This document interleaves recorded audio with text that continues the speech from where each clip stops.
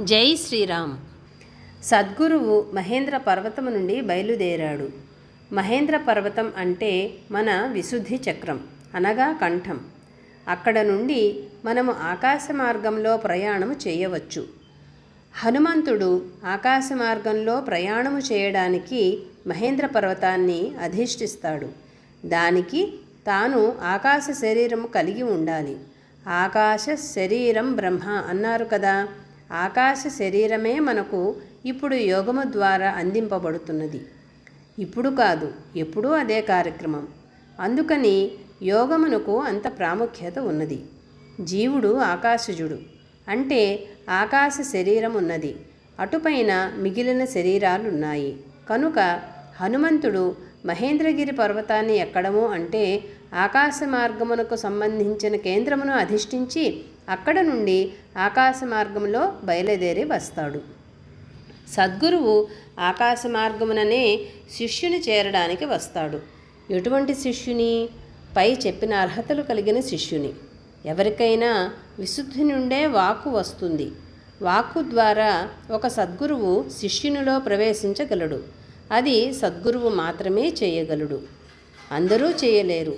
తన వాక్కుని జీవులలోనికి ప్రవేశింపచేసి సంస్కారవంతము చేసుకొని తద్వారా జీవుడు ఊర్ధ్వగతి ఉత్తమగతి పొందేటట్లుగా చూస్తాడు. అలా ఊర్ధ్వగతికి తీసుకెళ్లే తత్వంగా మనకు హనుమంతుడు గోచరిస్తాడు. హనుమంతుడు ఎంత యోగానిష్టాపరుడో అతడు చేసే ఉల్లంఘనం ఉన్నదే. ఆ మహేంద్ర పర్వతం మీద నుండి ఆకాశ గమనము చేయడం కోసం హనుమంతుడు శరీరం నుండి ఎటువంటి మార్పులు వచ్చినాయో ఆ మార్పులన్నీ కూడా ధ్యానం చేసుకునే వారికి రావాలి. వస్తే ధ్యానం జరుగుతున్నట్లు, లేకపోతే అదొక వ్యామోహమే.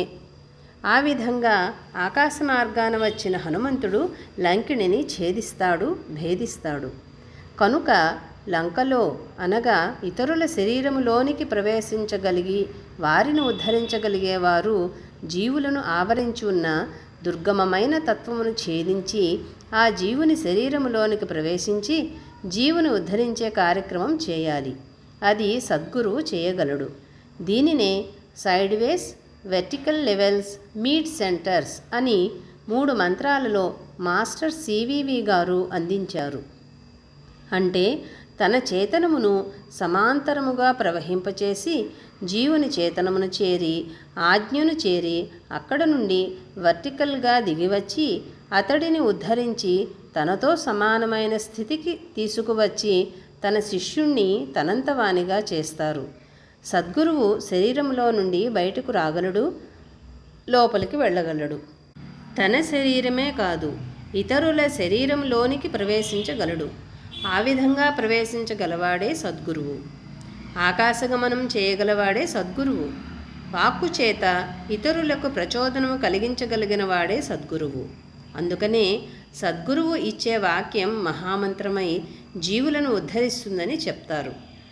హనుమంతుడు లంకలో ప్రవేశించటం పెద్ద విషయం కాదు. ఆ విధంగా లోపలికి వెళ్ళిన హనుమంతుడు జీవుని వెతికి ఆమె ఉన్న పరిస్థితి చూసి రావణునితో అమ్మవారు మాట్లాడే మాటలని శిష్య పరీక్షగా చూస్తాడు. ఒక సద్గురువు శిష్యుడికి అర్హత ఉన్నదా లేదా అని చూస్తాడు. సద్గురువు శిష్యునిలో ఏ అర్హత చూస్తాడు? ఆ జీవుడు దైవముని తప్ప కోరని స్థితిలో ఉన్నాడా లేదా అని చూస్తాడు. అది ఉంటే దైవమును చూపే మార్గం చూపించటానికి అంగీకరిస్తాడు. ఇక్కడ రాముని తప్ప ఇంకొకటి కోరనే స్థితిలో అమ్మవారు ఉన్నది. అటువంటి తపన ఉన్నవారికి సద్గురువు. హనుమంతుడు ఎలా సద్గురువు? దైవకార్యం కోసం తనున్నాడు తప్ప కేవలము దైవభక్తులమని చెప్పి తమ కార్యాలను నిర్వర్తించుకున్నవాడు కాదు. ఒక సద్గురువు ఎవరయ్యా అంటే దైవము నుండి తాను పొందవలసినది ఏమీ లేక దైవమునకు సహాయము చేయడానికి దిగివచ్చినవాడు. దైవమునకు ప్రతిరూపము, దైవమునకు ప్రతినిధి. అటువంటివాడు హనుమంతుడు. రాజ్యాన్ని కోరిన సుగ్రీవుడు కాదు, విభీషణుడు కాదు. దైవాన్ని ఆశించి దైవాన్ని ఆశ్రయించడం కూడా ఉన్నది. ఆర్తులు, అర్ధార్థులు, జిజ్ఞాసువులు వీరంతా ఒక కోవలోకి వస్తారు. కానీ రాముని వద్ద నుండి హనుమంతునికి ఏమీ అక్కర్లేదు. రాముని వద్ద నుండి పొందవలసినది ఏమీ లేదు. అది హనుమంతుని గొప్పదనం. సాక్షాత్తు శివతత్వం. ఈ సృష్టికి ఆధారమైన అగ్నితత్వమే తన రేతస్సును వాయువుకు అందిస్తే వాయువు తీసుకువచ్చి ఆ రేతస్సుని అంజని గర్భంలో పెడతాడు. ఆ అంజని గర్భం నుండి ఇంద్రుని చేత సంహరింపబడక బయటకు వచ్చినవాడు. ఇంద్రుడు సంహరించడానికి సలసల కాగుతున్న బంగారు నీరు అంజని యోనిలో పోసినా కూడా ఆ సలసల కాగుతున్న బంగారు నీరు హనుమంతునికి చక్కని బంగారు వర్ణం కలిగేట్లుగా ఆభరణంగా తయారైందే తప్ప అతడిని సంహరించలేకపోయింది. వాలి అప్పటి నుండి హనుమంతుడంటే భయపడుతూనే ఉండేవాడు. ఎందుకంటే సాక్షాత్ శివుని రేతస్సు నుండి వచ్చినవాడు కాబట్టి శివస్వరూపము. వాయువు చేత తీసుకోబడినవాడు కాబట్టి వాయుపుత్రుడు. అంజనికి పుట్టినవాడు కాబట్టి అంజనీపుత్రుడు. అంజని భర్త కేసరి కనుక కేసరి నందనుడు. ఈ విధంగా హనుమంతుడు కనిపిస్తాడు. అటువంటి హనుమంతుడు రామ కార్యార్థమై తను శరీరం ధరించాడు తప్ప రాముని నుండి అతడు పొందవలసినది ప్రత్యేకంగా ఏమీ లేదు. ఆయన సీతాదేవి పరిస్థితి ఎలా ఉన్నది చూస్తాడు.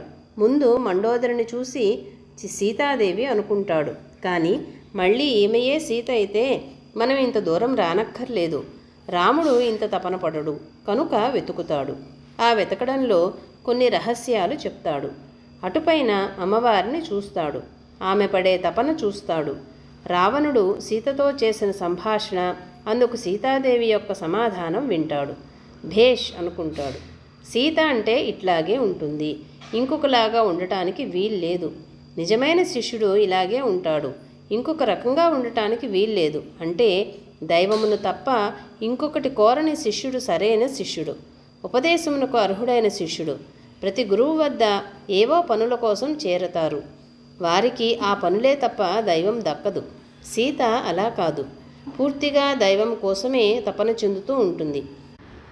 హనుమంతుడు సంతోషించి ఆమెకు సహాయం చేయడానికి పూనుకుంటాడు. జై శ్రీరామ్.